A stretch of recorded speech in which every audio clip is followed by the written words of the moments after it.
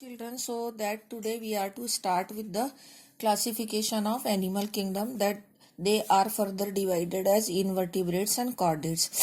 As I told you, that basic difference of invertebrates and chordate is the presence or absence of the notochord. Notochord is the most important characteristics which I had shown you in the previous video. Okay.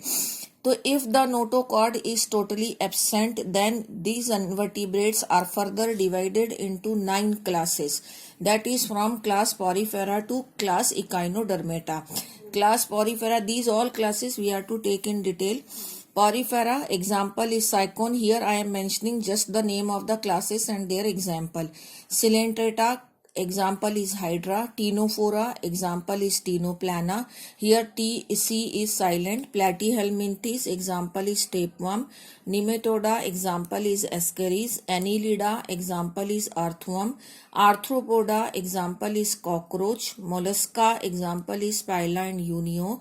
Echinodermata, example is starfish. And Hemichordata, why I have put a star here? Because it can be separated from invertebrates, because this class is in between the invertebrate and chordates. It is bearing some of the hemichordates, bear some of the characteristics of chordates also, but they are not possessing notochord. Hence they are to be kept in a separate class from invertebrate, and that is Hemichordata, half chordates. Okay, detail of it will come when we will discuss the class itself.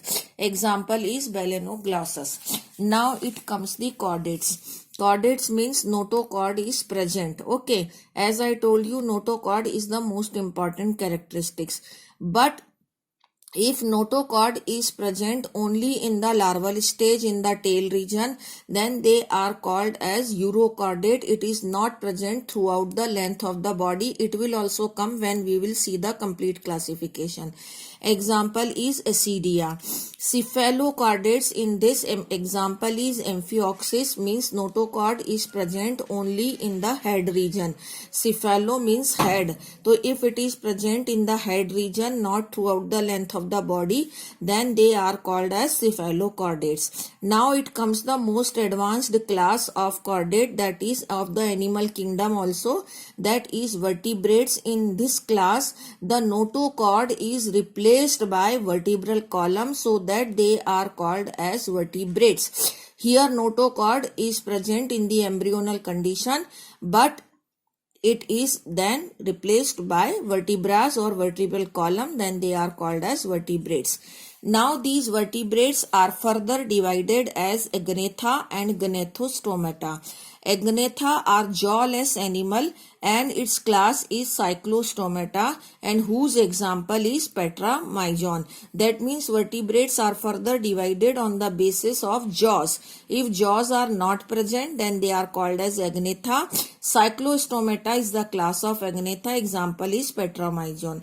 And if jaws are present, then they are called as Gnathostomata, and these Gnathostomata are further divided on the basis of their locomotory parts. If they bear fins, then they are called as Pisces, and Pisces are fishes. They are further classified as chondrichthyes. They are cartilaginous fishes, example is Scalodon, and if the fishes are bony, then they are belongs to osteichthyes, bony fishes, example is Anabas.